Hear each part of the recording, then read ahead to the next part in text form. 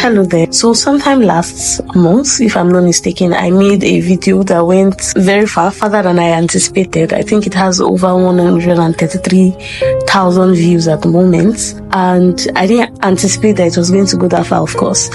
But I saw all kinds of comments, all kinds of reaction. And of course, understandably so, because people have different perspectives to things and have different mindsets.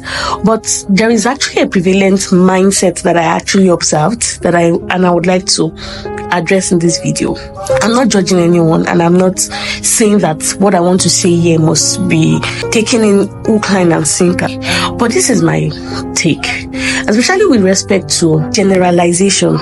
Generalizing that all men are this way, or I saw comments like, what are you even doing with a married man in the first place?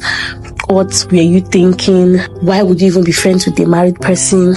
You shouldn't even come close to a person who is married. You shouldn't even be friends with a married person. This, that, all men. Some would even say, why would you even receive a gift from a man? All men are evil. All men are this. All men are that.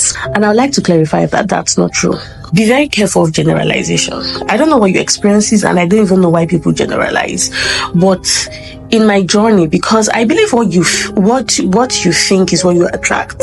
There is a law of attraction. I mean, your prevalent thoughts has a way of just bringing these experiences your way. I don't think you should have that mind that every person who comes close to you wants to have an affair with you, or that all men are terrible, or every married person has ulterior motives, or anybody who is getting close to you or who gets something for you has evil intentions.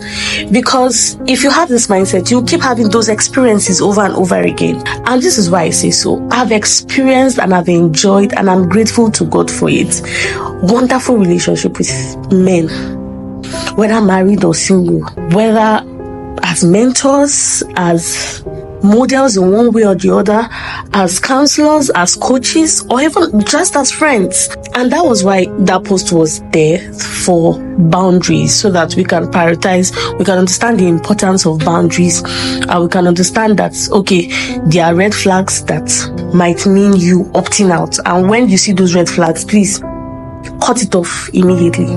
But don't have a predominant mindset that is negative, because we keep praying for blessings. We keep praying that God will send good men our way. In fact, you've heard Apostle Joshua Selman say things like, all blessings come from God through men to men. And you are having a mindset that all men are evil. I mean, these are contradicting thoughts. These are contradicting beliefs. So this is my take. Just set boundaries. Ensure that that person has good values that guides their actions, and also ensure that you are not going beyond those boundaries that have been set. For instance, I don't expect you to be having very intimate meetings with an opposite sex, whether married or even single, right? What I mean by intimate, maybe just the two of you in an enclosed place or something like that. I don't believe that.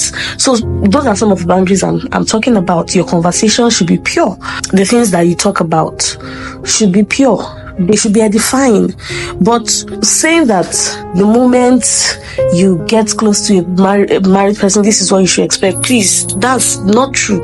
I have wonderful colleagues. I have enjoyed favor from men. I remember there was a time in my life when I was trying to raise funds for my daughter's surgery, and we were supposed to travel for it. I didn't even know where the funds was going to come from. One of my female colleagues posted it on her status, and a man sent 7 digits. And I was even like, please send me the person's number. Let me appreciate this man. And the man said he doesn't want to be known. This man insisted that he doesn't want me to thank him, that he's just doing it from the goodwill of his heart. Just wished me best of luck and all of that. I can go on and on with examples. I've experienced immense favor from God through men. There are some that I have closer relationship with. There are some that I don't even really know closely, and these people just bless me in one way or the other. Some of them men are ladders, whether gender or no gender. And don't be gender biased, because God is not going to bring all your blessings from a particular gender, because God is not gender biased. So don't have this mindset of always anticipating the worst from every experience. Have defenses. An example of a very good defense is boundaries. Have boundaries. Just put boundaries in place. I mean, like, you are going to be all right. All right. Bye.